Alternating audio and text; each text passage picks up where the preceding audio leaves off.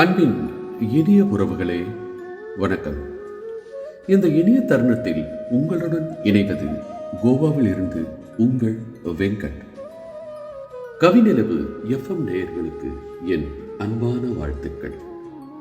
இன்று உலக சகோதரர்கள் தினத்தை முன்னிட்டு ஒரு அழகான உறவை பற்றி சில மனமார்ந்த வார்த்தைகள் இதோ. இந்த உலகத்தில் நாம் தேர்ந்தெடுக்க முடியாத உறவுகள் சில இருக்கின்றன.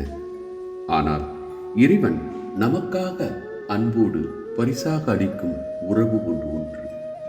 அதுதான் சகோதர உறவு.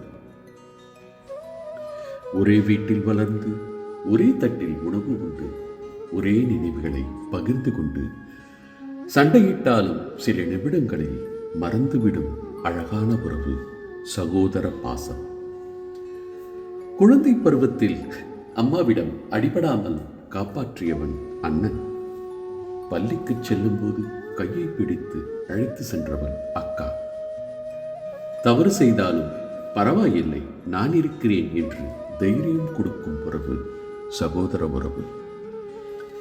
சில நேரங்களில் வார்த்தைகள் கடினமாக இருக்கும், சண்டைகள் பெரிதாக இருக்கும்.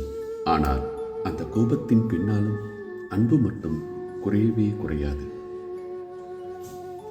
தங்களுக்குள் 1000 சண்டைகள் இருந்தாலும் பிறரிடம் விட்டுக் கொடுக்காமல், பாசத்திற்கு பேரம் பேசாமல், நேசம் மட்டும் போதும் என்று வாழும் ஒரே உறவு சகோதர உறவு மட்டுமே. வாழ்க்கையில் எல்லோரும் விட்டு சென்றாலும் நம்மை புரிந்து கொள்ள முயலும் இதயம் ஒன்று இருக்கும். அது சகோதரத்தின் இதயம். அண்ணன் என்பது இரண்டாவது தந்தை போன்றவன். அக்கா என்பது இரண்டாவது தாய் போன்றவன். தம்பி தங்கை என்பது வீட்டின் சிரிப்பும் சந்தோஷமும்.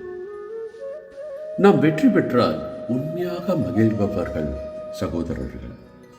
அதை நாம் தோல்வியடைந்தால் மீண்டும் எழுந்து நிற்க தூண் கொடுப்பவர்களும் அவர்களே. நேர்களே, உலகம் முழுவதும் பணம் சம்பாதிக்கலாம், புகழ் சேர்க்கலாம். ஆனால் குழந்தை பருவ நினைவுகளை மீண்டும் வாங்க முடியாது. அந்த நினைவுகளை உயிரோடு வைத்திருப்பவர்கள் நம் சகோதரர்கள். இன்று உலக சகோதரர்கள் தினத்தில் உலகம் முழுவதும் வாழும் அனைத்து அண்ணன், தம்பி, அக்கா, தங்கைகளுக்கும் ஒரு சகோதரனாக எனது இதயம் கனிந்த வாழ்த்துக்களை கவிநிலவு வானொலி சார்பாக அன்புடன் தெரிவித்துக் கொள்கிறேன்.